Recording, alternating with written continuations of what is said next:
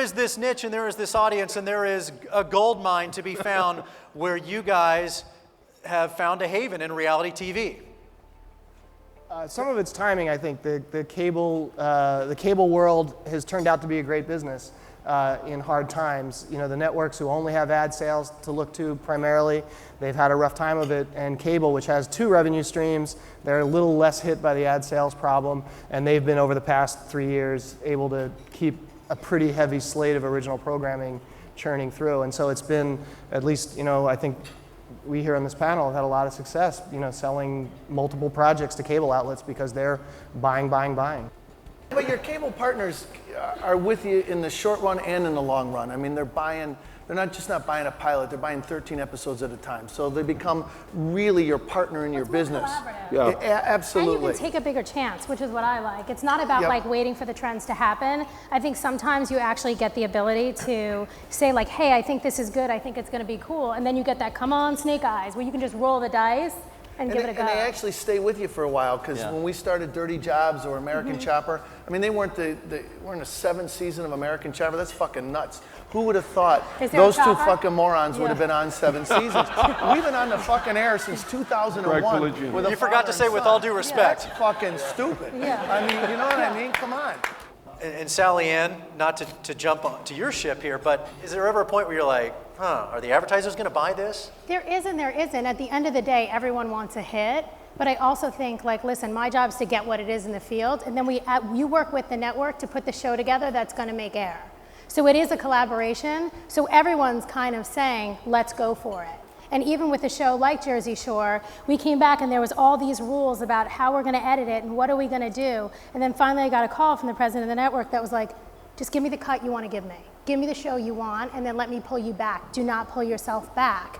And from there, we came to a great product, which I think is good. Did we lose some advertisers? For sure. I have a list in the control room mile long. Like, if you show a bounty thing, we're going to get shot at. If you show that, like, people don't want to party, but in the same respect, the list of people, I want to party, but like, the list of people that did sign on for 2nd season is a lot longer. So at the end of the day, I mean, you hate to say it, but like, everyone's a whore. You know what I mean? If there's numbers, people want to get on board, and you have to feel good about your product. My name's on the end of every show.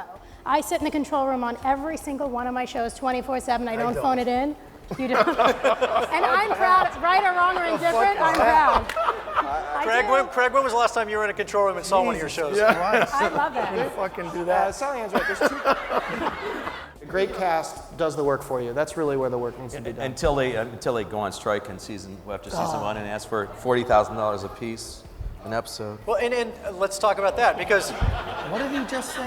Until they go on strike and ask for money. Oh yeah, that happens. so, you know, Sally, I got 18 fucking ghost hunters that want more money. I got fucking truck drivers that they want $250,000 an hour. It's like, what, are you kidding me? let's talk about this, because this has changed, whereas now you're hosting a show and these people are like, well, I want 15, 20 grand an episode, like Snooki or whoever.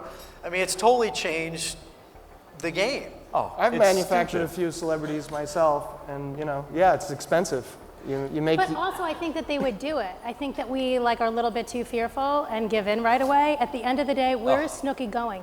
They all live in their parents. Honestly, they all live in their parents' basements. To this day, I have to buy them fucking cigarettes. I'm putting her on a fucking crab boat. Where are they going? I'm putting her on a crab boat in the Bering Sea. Yeah, I mean, at the end of the day, everywhere. to stop giving in. I think it's also like we're almost giving the power to the cast, as opposed to being like, these kids are making $25,000, $30,000 a night to go shake their shit in Vegas. At the end of the day, they didn't make that beforehand.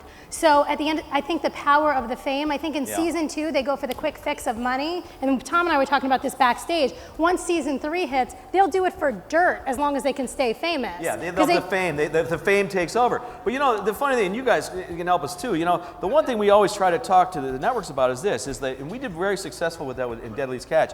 And that was the fact that we sandbagged at the end of a season, we always dumped a boat and we picked up another boat. You know, and if the networks have the courage to let you drop one talent, just drop one, and that keeps everybody off, you know, I agree. and these knucklehead agents who decide that their guys are worth fucking $50,000 an episode. Hello! Is Joe Wake Rose up! out there? They're fucking truck drivers!